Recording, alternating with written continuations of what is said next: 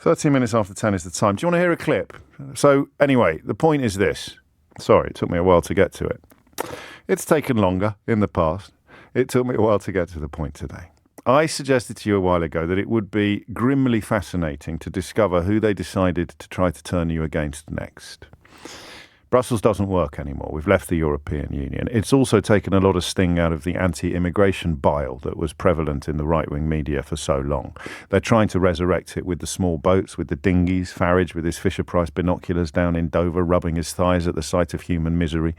But it's not really landing yet. The newspapers haven't really got behind it yet, probably because they realise it would be too transparent a distraction from the realities of domestic politics. So you can't really turn Brussels into a mythical enemy. You can't really turn unelected bureaucrats into a mythical enemy because it's the unelected bureaucrats who came up via Tufton Street that are responsible for grooming and brainwashing Liz Truss into the ludicrous automaton that you see before you today. So we can't do Brussels, we can't do unelected bureaucrats, we can't really do immigrants. Refugees is tricky because we just keep giving money to Rwanda despite the fact that they're not actually taking any. So we get a little bit out of the refugees, but not a lot. Single mothers just doesn't work anymore. The world has moved on. The nuclear family is, I think, in retreat. It's possibly even a minority. So you're never going to be able to blame single parents for the ills inflicted upon you by right-wing rhetoric and right-wing politics. Cyclists, they had a go at cyclists. Cyclist isn't going to work because there are now more people cycling to and from work and getting around town on a bicycle than there has been since the Second World War.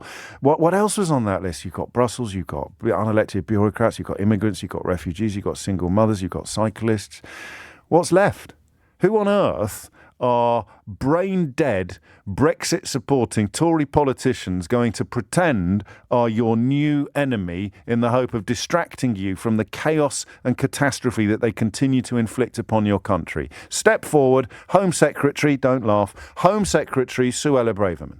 So yes, I'm afraid, Madam Deputy Speaker, it's the Labour Party, it's the Lib Dems, it's the coalition of chaos, it's the Guardianreading, tofu-eating, wokerati, dare I say, the anti-growth coalition that we have to thank for the disruption that we are seeing on our roads today.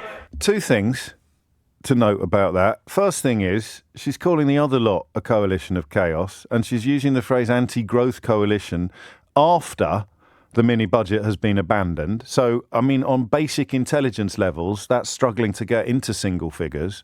The second thing is, that's most remarkable if you watched this, it was written down.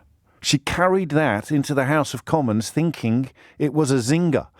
She sat with advisors coming up with things to say in the House of Commons that would be lit, and that was the result.